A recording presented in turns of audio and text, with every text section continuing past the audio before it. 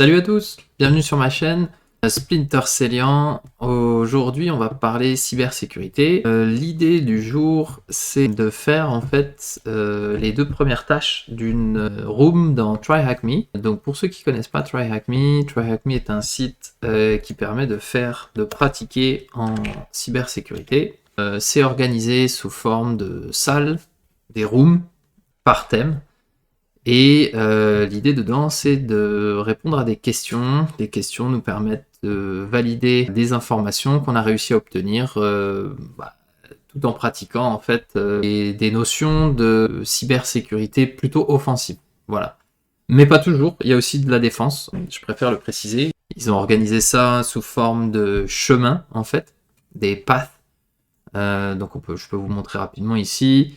Et il y en a par exemple directement sur la défense. L'idée ici, c'est en réalité de s'intéresser à une salle qu'ils ont mis en ligne durant les congés de Noël. Ça s'est déjà fait l'année dernière et cette année ils ont repris le concept. Donc c'est un calendrier de l'Avent sous forme cyber, Advent of Cyber 2021, puisque en réalité il y en avait un l'année dernière. Donc je sais pas s'il y a encore, je n'ai même pas essayé de voir.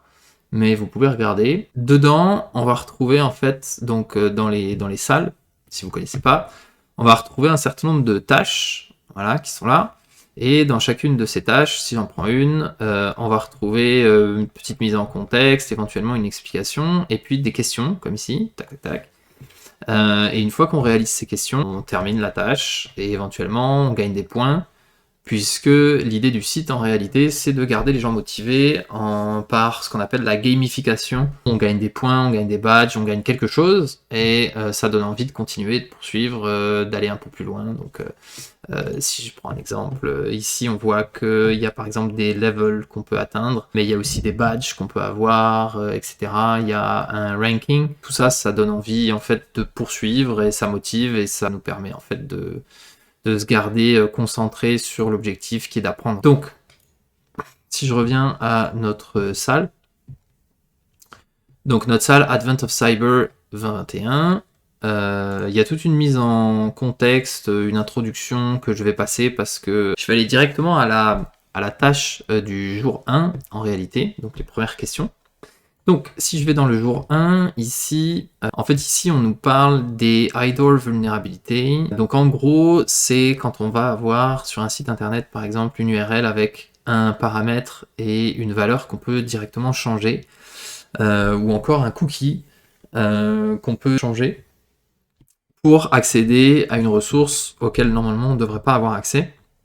Par exemple, ça peut être le profil d'utilisateur de quelqu'un d'autre en changeant l'ID d'un cookie ou l'ID d'un utilisateur dans une URL. On a un petit challenge. Donc ce challenge, c'est il y a un site qui en fait regroupe les jouets que le Père Noël fait, et quelqu'un est venu un petit peu mettre le bordel dans ce site-là avec le système d'inventaire, etc. Bon, évidemment, tout ça c'est de la fiction. Mais le but, c'est grosso modo maintenant de remettre les items correctement pour que ça refasse des jouets à peu près normaux. C'est ça le but. Et on nous donne quelques explications ici en nous disant qu'il y a un utilisateur qui n'aurait pas dû être enregistré, qui a réussi à s'enregistrer et qui a fait un certain nombre d'actions. Et si on arrive à accéder à son profil, on va pouvoir en réalité renverser les actions qui ont été faites. Et ça va nous permettre de remettre de l'ordre dans tout ça. Donc, on va ouvrir le site tout de suite. Donc là, c'est dans TryHackMe, ça s'ouvre voilà, sur un split screen qu'on a ici. Ça nous simule un navigateur. Et il va falloir qu'on joue un petit peu avec ce navigateur. Voilà. On nous dit, après qu'on ait trouvé le compte du Père Noël, Santa, quelle est la position dans la compagnie. Donc là, déjà, ça veut dire qu'il faut trouver le profil du Père Noël, sachant qu'on a 3 pages, on a Builds, on a les inventaires, et puis on a Your Activity, qui est a priori une page de profil. Ce qu'on peut voir tout de suite, et d'ailleurs c'est dit un peu plus haut, c'est que l'URL ici de Your Activity, elle a un User ID, et on peut changer ce User ID. Donc si par exemple je mets 1, et ben voilà, on tombe sur profil du Père Noël, Santa, ici. C'est ce qu'on nous demande. et on nous demande quelle est sa position dans la compagnie. Elle est donnée ici, donc on a juste à rentrer la réponse et c'est bon. On fait la même chose ensuite pour un autre utilisateur qui s'appelle Max Stalker. On regarde en fait en mettant les différents ID, bah voilà, c'est lui, et on nous demande encore sa position, donc ici c'est Build Manager. Ensuite on nous dit que y a un autre profil qui est responsable justement du bordel qu'il y a sur le site, et il faut le trouver, et il faut donner sa position. Donc on va chercher, il n'est pas au 4, il n'est pas au 5, il n'est pas au 6, il n'est pas au 7, il n'est pas au 8.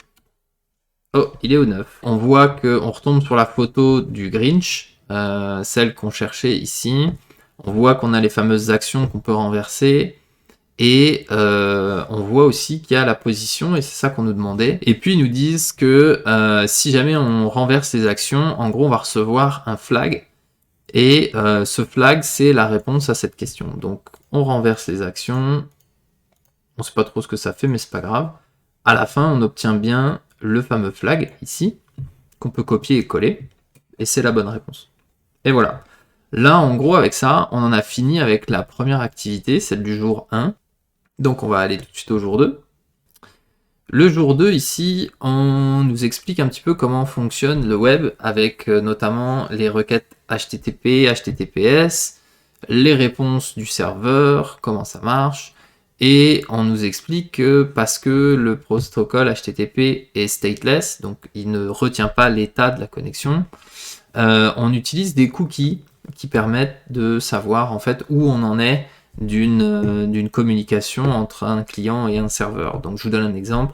Si jamais vous êtes connecté à un service qui demande une authentification et ensuite vous voulez accéder à plusieurs pages sur cette plateforme, mais des pages qui ne sont accessibles qu'avec votre compte en fait, bah, c'est sûr que la plateforme va vous le demander une fois, votre nom d'utilisateur et votre mot de passe, et ensuite ce qu'elle va faire, c'est qu'elle va mettre en place un cookie qui permet de savoir que c'est bien vous qui voulez consulter les pages ensuite, et donc on peut vous les fournir sans avoir à vous redemander votre user et votre mot de passe. Donc ça, ce principe-là avec les cookies, c'est ce qui permet d'avoir une sorte de mémoire de où en est l'état de la communication.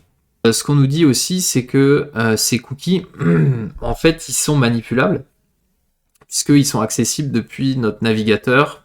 Et en fait, on va nous proposer ici de venir manipuler un cookie, déjà de voir s'il y en a un, puis de le manipuler, sachant que les cookies ne sont pas forcément toujours des valeurs directes.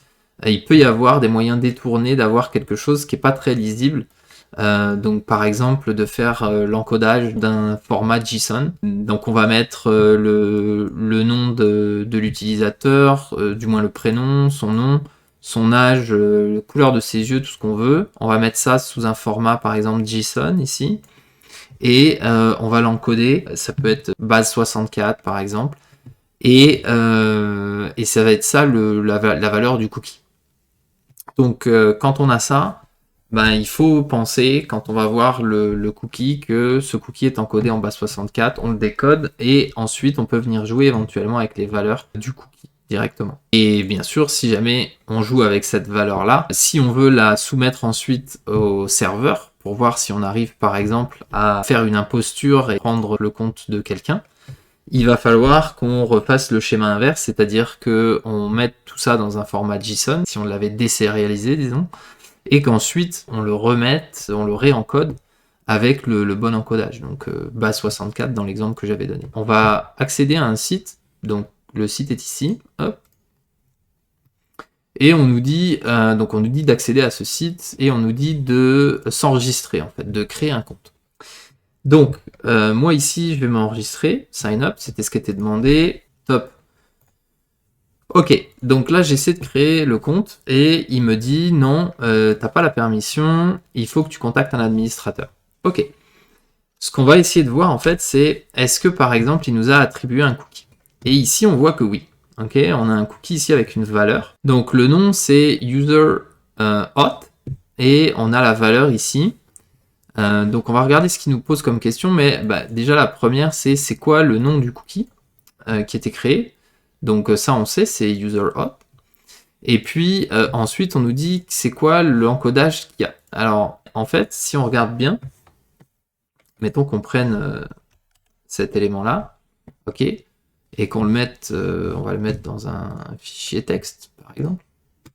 Ok, donc ici, ce qu'on voit en fait, c'est que on a une suite de chiffres et de lettres. Et si on fait bien attention, ces chiffres et ces lettres, ce qu'on voit, c'est que les lettres dépassent jamais F, en gros. Donc ça laisse penser à quelque chose qui ressemblerait à de l'hexadécimal. Si c'est bien de l'hexadécimal, on prend la valeur. On peut aller sur un site du style CyberChef. Voilà, c'est un outil qui va nous permettre de faire des manipulations sur une donnée d'entrée. Donc ici, on lui donne comme donnée d'entrée notre valeur hexadécimale, qu'on pense être hexadécimale, et on lui dit, bah, c'est de l'hexa, donc dis-nous ce que c'est. Et là, on voit que c'est finalement un JSON avec 3 éléments, compagnie, is registered et username. Le premier a la valeur The Best Festival Company, donc ça c'est quelque chose qu'à mon avis on va garder. Le deuxième is registered a la valeur true, c'est sans doute quelque chose qu'on va garder. Le troisième a comme username Joe, parce que c'est ça que j'avais fourni. Donc, si on regarde ici, déjà on peut répondre à plusieurs questions. La première, c'est le type d'encodage, c'est hexadécimal. La deuxième, quel est le format de data? C'est du JSON. Ça se voit assez facilement avec notamment les brackets qu'on voit au début. Et ensuite, on nous dit manipuler le cookie et bypasser le login. Et pour ça, on nous précise dans la question qui suit qu'il faut qu'on passe administrateur. Et en fait, pour administrateur, le nom d'utilisateur, c'est admin. Donc, ce qu'on peut faire à ce moment-là, on retourne sur notre CyberChef, on prend l'output ici, qui va devenir en fait notre nouvelle input. Puisque ce qu'on veut, c'est en réalité modifier le Joe qu'on a ici pour admin.